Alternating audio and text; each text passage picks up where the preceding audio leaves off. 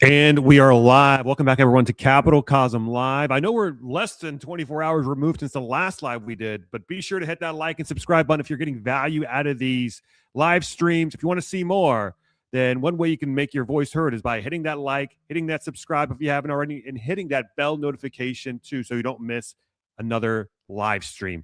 And before we get started, nothing in this video is financial advice. I am not a financial advisor, so please always do your own due diligence. And well, what do we have here? It was just last night we did a live stream about this new margin hike requirement at the CME, and they were able to not crash, but they were able to bring the price down to the tune from $85, I believe, was at the high, down to 83 and some change. And look at where we're at today. Do I need to read the screen to you? Gold's at 46.20, silver's at 88.86, up almost 4.5% on the day. So they did what they could to bring this thing down, but it looks like this is happening in tandem with the newly released CPI report from the Fed. And so we got a year-over-year number of 2.6%, and that's below expectations. And so people believe, or investors believe, that that gives the Fed some cover, some cushion to cut rates. And of course, cutting rates is bullish for gold and silver. And you're starting to see it in oil as well. $61 up today, up $1.54 at the time of this recording, 2.59%. I forgot to ask you guys, give me a 1 in the chat if my audio is coming in clear. Does my volume need adjusting up or down? Let me know. But yeah, oil surging. Gold is pretty much sideways. Silver skyrocketing. Platinum is pretty much sideways. Copper is sideways. But man, let's take a look at the CPI report. So here's the or CPI, as a lot of you like to put it. And rightfully so, right? There's all sorts of little schemes that they do in these reports to kind of get the numbers that they want, one of which is substitution. If the price of ribeye steak, for example, doubles in price for whatever reason, they could always just substitute it with chicken breast. And then they could say, well, there's no inflation at all because the price of chicken breast is what the price of ribeye was a year ago, or something like to that effect. And you've got hedonic adjustments too. I don't mean to go on and give you a lecture on how, all the ways that the Fed can jerry-rig the numbers through the CPI, but let's go ahead and take a look at what they had to say. So my mistake, it's actually 2.7%, not 2.6%. So this is from CNBC. The consumer price index rose 2.7% in December of 2025, year over year, unchanged from November, according to Bureau of Labor Statistics. So it's from the BLS, my bad, not the Fed. Tariffs put some upward pressure on prices for consumers. Economists said the data is also somewhat difficult to decipher due to distortions caused by the recent government shutdown. They said, yeah, of course, they're going to use that as an excuse. But look, guys, the BLS is setting the stage for the Fed in a couple months once Powell's out. Once Powell is gonzo from the scene, they're probably going to put in a much less hawkish chairman. This person is probably going to do whatever Trump wants. And they're pretty much setting the stage to give that person cover to start cutting rates. Now, how much are they going to start cutting? I don't know. Some have speculated over 150 basis points, maybe even 300 basis points. One of the guys that Trump is interviewing, he wants rates all the way down to 1.5% from the four and some odd percentage points that it's at today. So that would be massive. That would be like a 200-300 basis point move. And let's see what the final point is. Inflation rate for consumer staples like food and electricity remain elevated. Well, that's the one that matters most, right? So, insofar as you don't eat and you don't use electricity and energy, then you're good, my friends. I mean, you're good to go. Just don't. But only the inflation only applies to you if you're trying to maintain homeostasis, let's say. So progress in the fight to throttle back inflation appeared to stall in December amid price pressures from groceries, dining out, utility, gas, clothing, and other categories of consumer spending. So, all right. So prices. So what they're saying is prices have stalled. Oh, sorry. Yeah. So price pressures from groceries, dining out, utility. So yeah, food and energy. The CPI, a key inflation gauge, rose 2.7% in December from 12 months earlier, The BLS said Tuesday that was unchanged from previous month and in line with estimates. The bottom line is I think inflation is still uncomfortably high, said Mark Zandi, chief economist at Moody's. Inflation for staples necessities remains elevated. So tariffs are pushing up inflation. I don't know, like 2.7%. I don't even believe that number. That's BS. I got to call BS from the BLS. How about this? Do you believe, if you believe the BLS number, the 2.7% number in the CPI, give me a 1 in the chat if you believe it. If you don't believe it, if you think it's higher, give me a 2 in the chat. If you believe it's lower, give me a 3 in the chat. Curious to see what you guys think. The Federal Reserve, the U.S. Central Bank, targets an annual inflation. Sorry, I was getting distracted by the chat. So a lot of you, I see a lot of 2s. I actually see 1 3. I see a 4. We've got a rebellious one on hand. Naughty, naughty. The Federal Reserve, the U.S. Central Bank, targets an annual inflation rate that averages roughly 2% over the long term. Tariffs levied by President Trump have upward pressure on the inflation rate. Yeah, I'm not sure that's actually true. Tariffs are a tax on imports paid by the U.S.-based importer. Economists have expected that businesses would pass along at least some of that tax to consumers via higher prices.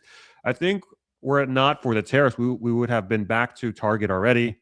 But tariffs have pushed up inflation a little over 0.5 percentage point.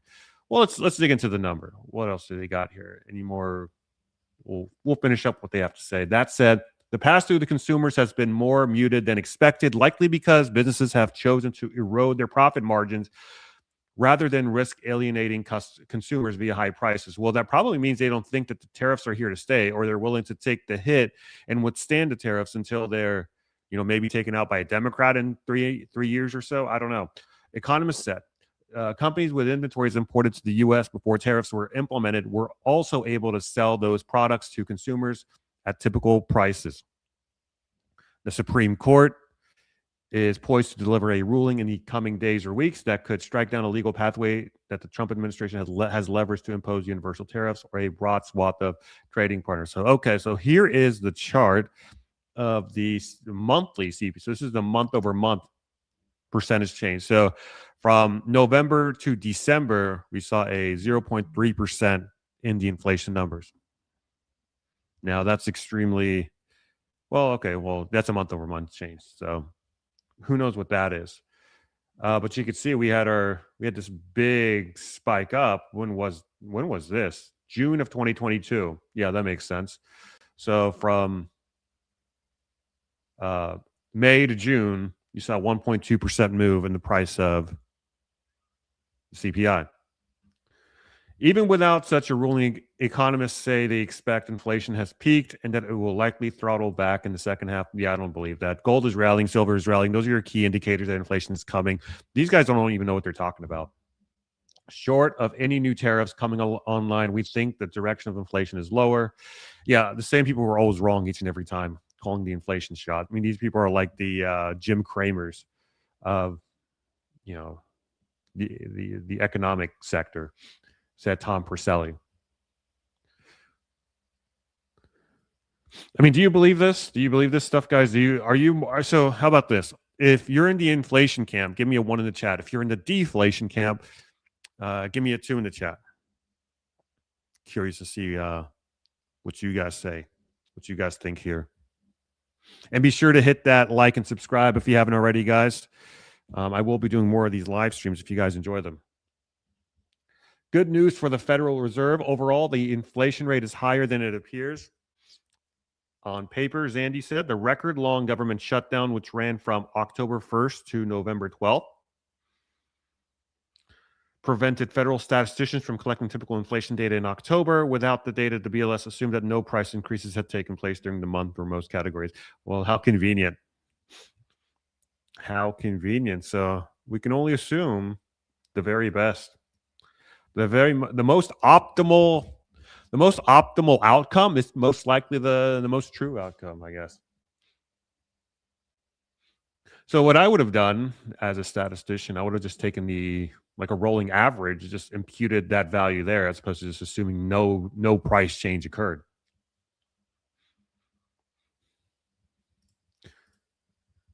Moody estimates the annual CPI inflation rate would be around 3% if that data were included, he said.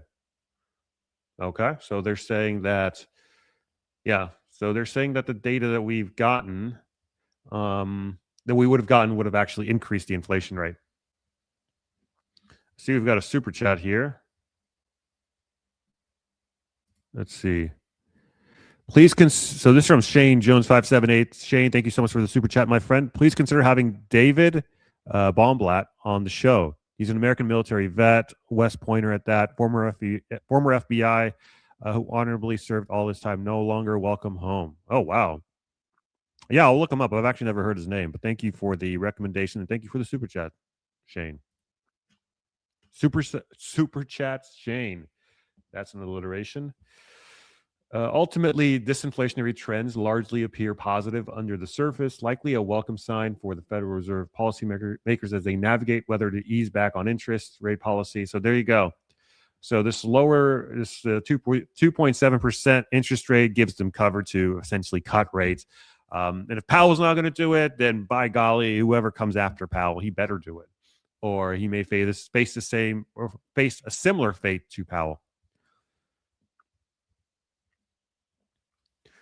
We expect officials are happy to remain on extended pause as they wait and see the impact of their recent string of rate cuts. But with inflation fears fading, officials will feel freer to respond to downside risks to the labor markets if conditions deteriorate. Michael Pierce, oh yeah, because they're so swift on their feet when it comes to reacting to things. The Fed is always on top of the ball. Clearly, I mean, these central planners, they have their tentacles. They've got the pulse for the market down pat. Yeah, sure.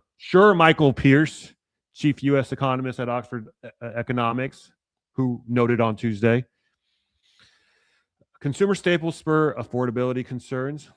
Affordability has emerged as a key financial focus for consumers and a talking point for politicians. Inflation for certain household necessities increased in December. Certain household necessities, like, for example, food prices and groceries. Certain necessities, like food prices and groceries, the necessities that are most relevant to, life. And at restaurants, each increased 0.7% on a monthly basis from November to December, according to the CPI report. For inflation to get back to target, the monthly inflation rate generally needs to be around 0.2%. Categories like coffee and beef have seen high inflation rates. Oh, do I know? I mean, those are two of my favorite things right there, coffee and beef. That's pretty much all I consume nowadays. My bulletproof coffee in the morning with MCT oil and grass-fed butter, and then my ribeye steak once I get done with all my interviews for the day. And boy, have I seen those increase about 20% and 16% respectively. Clothing prices were also up about 0.6% on a monthly basis. Yeah, so I guess if you want to keep up with the latest trends, you might want to buy your clothing attire sooner than later. However, some increases may appear larger than in reality due to data distortions caused by the federal government shutdown. According to economists, good inflation appeared firmer than underlying trends would suggest, largely because holiday discounts were overrepresented in November. CPI report due to how data was gathered during the government shut. Okay, yeah, like you're beating this point to a dead horse. Chowdhury, chief investment and portfolio strategist for the Americas at BlackRock, wrote in a note on Tuesday, quote unquote, those deeper than normal discounts pulled prices down in November, setting up an artificial jump when prices normalized later in December. So are we almost done with this? Okay. Utility pipe gas services increased 4.4% on the month and is up 11% for the year. Sorry, I'm just looking at the silver price, $88 right now. Utility pipe gas services increased 4.4% on the month and is up 11% for the year. Electricity prices declined by 0.1% for the month, but we were up 7% on the year. Rent growth remains very weak. Hey, where's the chart? Wasn't there a chart here? Thought they had a chart with like all the stuff that was. This the only thing? Typically, they have like a chart of all the categories. Oh, here it is. Okay. So yeah, all items 2.7%. Let's look at this chart here. The biggest mover from food was non-alcoholic beverages and materials. Those are up 5.1% on the year, followed by food away from home, so like dining out, restaurants, followed by meats, poultry, fish, and eggs. That's up 3.9%. Dairy is actually down 0.9% on the year. So I guess go along milk cartons. Just store a bunch of milk in your fridge. That's the play. Not financial advice, of course. Energy. Let's see what energy. Gasoline. Gas is down 3.4%. Piped gas service is up 10.8%. Electricity up 6.7%. All items less than food and energy. So, okay. So that's up 2.6%. What's the highest mover? Tobacco and smoking products, 6.8%. Followed by motor vehicle maintenance and repair. That's up 5.4%. Airline fares down 3.4%. So food at home, 2.4. Energy, 2.3. All items less than food and energy, 2.6. So how did we get to 2.7% number? Because each one of these baskets is less than 2.7%.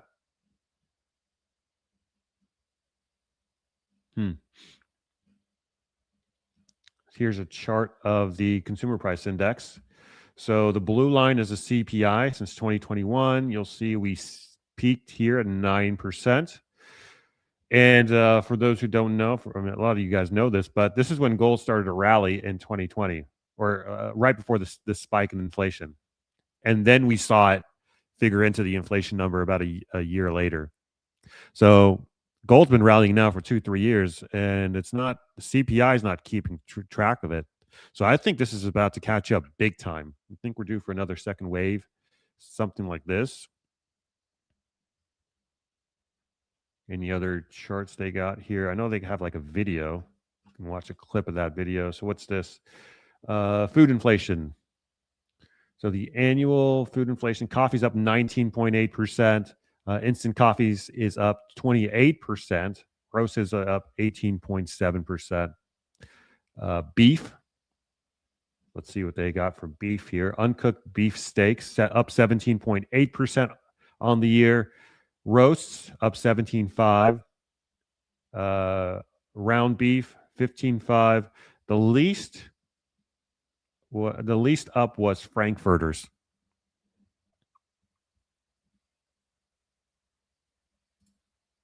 Got a super chat from Jack Lyons. Jack, thank you again for the wonderful super chat. My friend Lee from Silver Lining Analysis would be a great guest. Best mining stock analyst, young Don Durrett.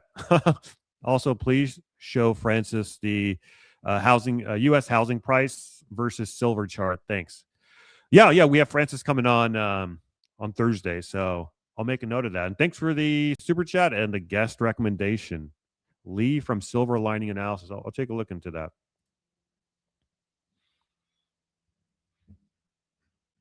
So let's see what this guy has to say. You're one of these guys who does not think, I mean, the market is pricing 2, maybe 3 Fed cuts this year. You don't think the Fed actually has to do any at all. And you're thinking that, this whole thing about tariffs, it hasn't turned out to be as bad of a big bad wolf as a lot of people had initially feared. Is it that, or is it more that come Friday, you're expecting the Supreme Court to put the kibosh on those tariffs? That's a good question. Let's talk about the first thing first. And that is the fact that the Federal Reserve is expected to cut at least 25 basis points by its April meeting. Market's saying the odds of that are 57% right now. And the reason I don't think the Fed should be cutting at all is that if you just look at the numbers, Fed has a dual mandate, so let's look at the two numbers. Expectations for this Friday's jobless numbers suggest that the unemployment rate will be 4.6%. Well, that's well below the 5% level that's considered full employment. So if our economy is at full employment, then why would the Federal Reserve be cutting rates? If you look at their second leg of their dual mandate, inflation is anywhere between 2.6 and 2.8% annually, depending on how you measure it, which metric you look at. So it's well above their 2.0% bogey. That doesn't call for cutting rates either. And so if you just look at the numbers, I don't think there's any reason that the Fed should be cutting rates. That doesn't mean that our equity markets don't love the prospect for lower interest. Yeah, and another thing is, guys, if they cut rates and the long end of the bond curve doesn't follow in tandem, if the 10-year and 30-year don't move with the Fed rate cuts, that's not, I mean, that'll be quite embarrassing and actually pretty bad. They tried cutting rates in 2024, and there's a bit of a detachment between the long end and the short end of the yield curve. So the Fed can only cut the short end and affect like a 3-month yield, but typically they tend to move together.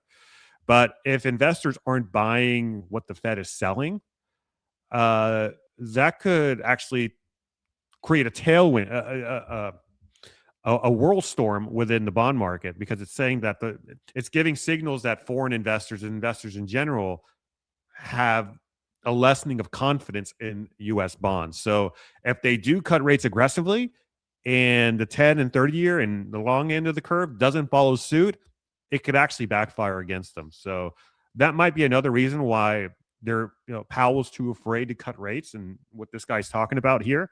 So it'll be, it'll be a big blow to the dollar for sure. Rates, and I think that's why we've started the year so well, despite what's going on in Venezuela, and despite the fact that Greenland is now in the news. Greenland's now the spot on the map that traders are trying to track down. Probably never good news when traders have to look at a map and find out the latest geopolitical hotspot. But they've managed to shake it off this year. Markets have done really well, even though they're very pricey. Scott, talk about the economy and growth. I mean, the baseline, you're not looking for any Fed cuts this year. Don't think they should. Is it because you think the economy and growth don't need lower rates, or do you think that sticky inflation cannot allow lower rates? I think sticky inflation is the real problem, and we're at full employment. Yeah, and that's why they've reported this 2.7% number, if you believe it. Because if they actually reported a higher number, they wouldn't have the cushion to cut. They wouldn't have the justification to cut rates, at least to the public. So I think this is good enough. I mean, you guys want to hear the rest of this interview or not? I think it's pretty boilerplate. I think I understand what he's trying to say. But if you want to hear the rest of this interview, that's fine. Let me know. I want to pull up the shadow stats number. Let's see, shadow stats. And let's see what Shadow Stats has the inflation chart at.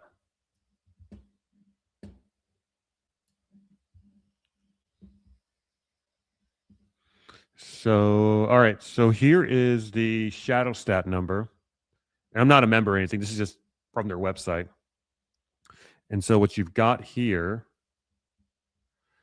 So this is the 1990s base. So if you were to calculate inflation on the 1990s methodology, you would have, it says here, you would have somewhere around 8%, close to 8%, right? It's this blue line. The red line is your official CPI number. So this is as of May 2023. So it's effectively a doubling. You know, that's kind of like your rule of thumb. But with the 1980s base methodology, you're looking at, if you were to use that, it's more than a doubling. It's like this is reported at around 4% officially. 1980s methodology is about 12 or 13%, so maybe even a 4x. So let's apply that to this number. I know this is not a super scientific way of completely looking at it, but it's an estimate. So 2.7%. multiply that by 4. That's probably your 19. If you were to use the 1980s methodology, that's probably the true inflation rate in that regard. You guys did not want to hear the talking head, I see. All right. Well, he's gone. We'll cast him off into the abyss. Adios. See you later. All right. Silver, of course. Anytime I go live, guys, it just crashes the silver price. We started at 88 and close to 89. Now we're back down to 87.80. Oil 60.93. We're at 61. This is the way it works, unfortunately. Bonds, not too much price movement there. The rest of the markets in the red. Surprisingly, NASDAQ is overperforming all, the Dow and the S&P. But silver is, silver's at 87. Let's go ahead and take a look at the 1 minute chart. Boom, this is when I went live. It's like clockwork. It's really a sight to behold. So yeah, spiked up at the news. Again, this is the 1 minute chart. And from a charting perspective, you could say that this is kind of a double top on the 1 minute chart. So it's kind of bound to go down, right? You've got a top here, a top there, and the likely outcome is a downside move. In the very short term, 1 minute candlestick move. But overall, we still look fantastic. I mean, this is looking absolutely gorgeous. Let's zoom out to a year. Yeah, we broke through resistance to new all-time highs. We had a high of 89. Will we hit $90 before all is said and done today? Let me know in the chat. Will we hit $90 by, let's say, midnight tonight?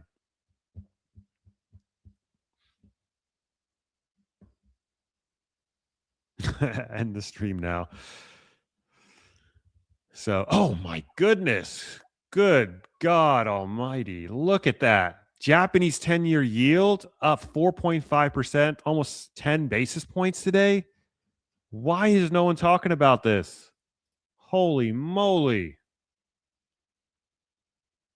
Good God. Somebody call an ambulance. This thing's broken in two. I mean, it's breaking up higher. Look at that.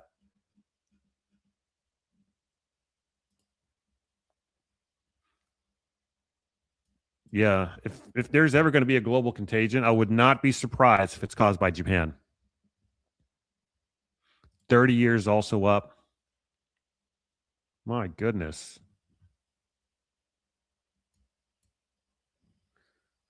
Now, from a charting perspective, you could draw something like this. And you can make the case that this is an ascending wedge, and this is kind of signaling that we're nearing a top in yields. So could we be seeing some short-term movement to the downside? Possible. That's what the technicals are telling us. But every time I log in, I just see this price get higher and higher. If we break above this resistance, then it's game on. At what, 3.5%? That's the target. If we break above that, then forget about this ascending wedge. The 10-year's already at all-time highs. So I think the 10-year's a signal. Yeah, because if I were to draw, like you saw this is an ascending wedge, and it didn't give us crap about that ascending wedge. It went down slightly, went sideways for a few days, and then boom, skyrocketed back up.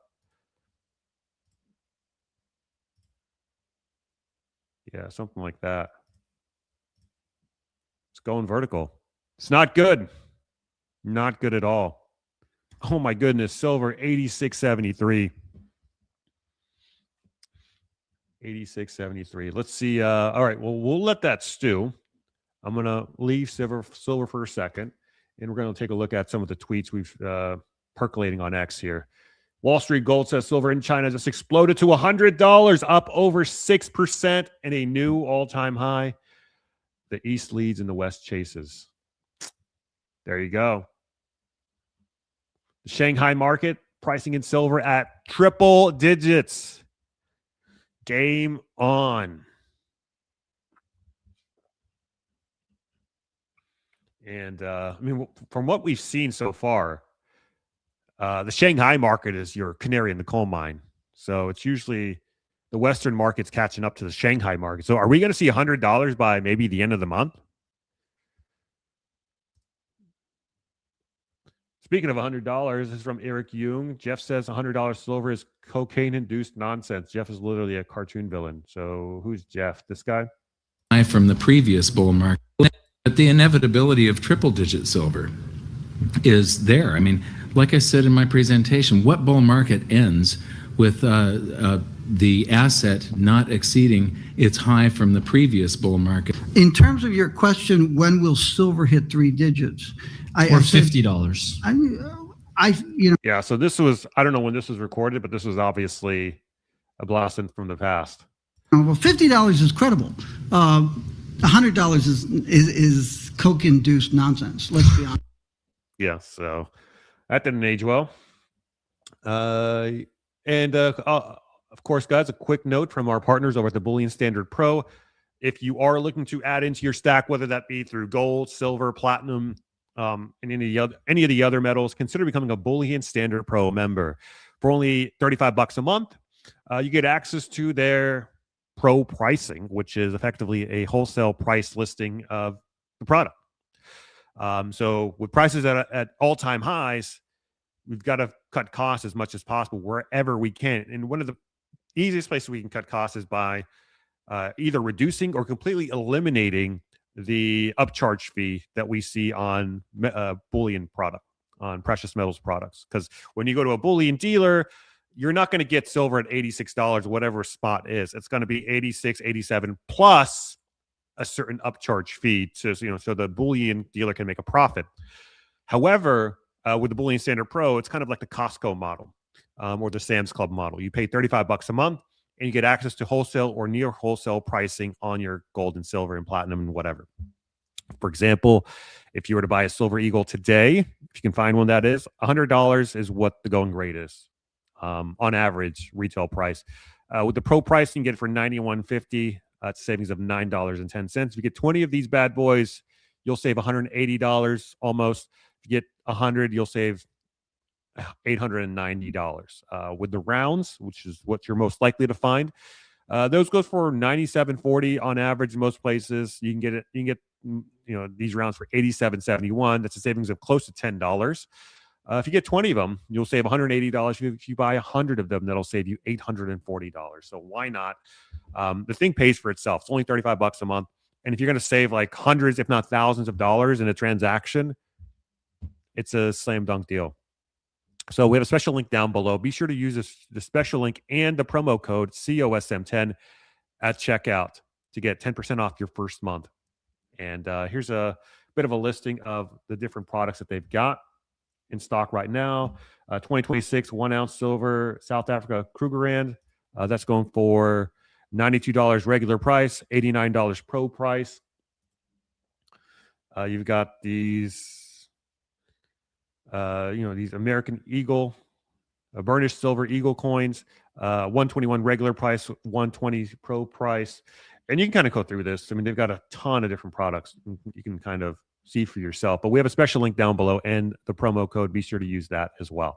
All right, let's go ahead and take a look at the news, see what else is on X, and then we'll wrap this thing up. And of course, guys, don't forget to hit that subscribe button if you haven't already, and hit that like button as well.